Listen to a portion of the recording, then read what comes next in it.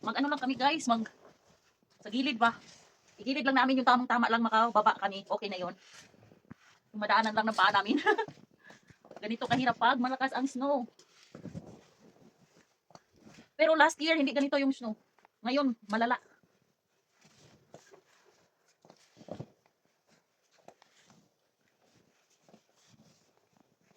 Binawasan na to kanina ng asawa ko.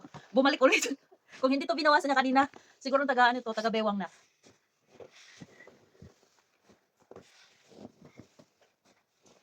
Ganito lang, yung space lang na madaanan namin pababa, okay na yun.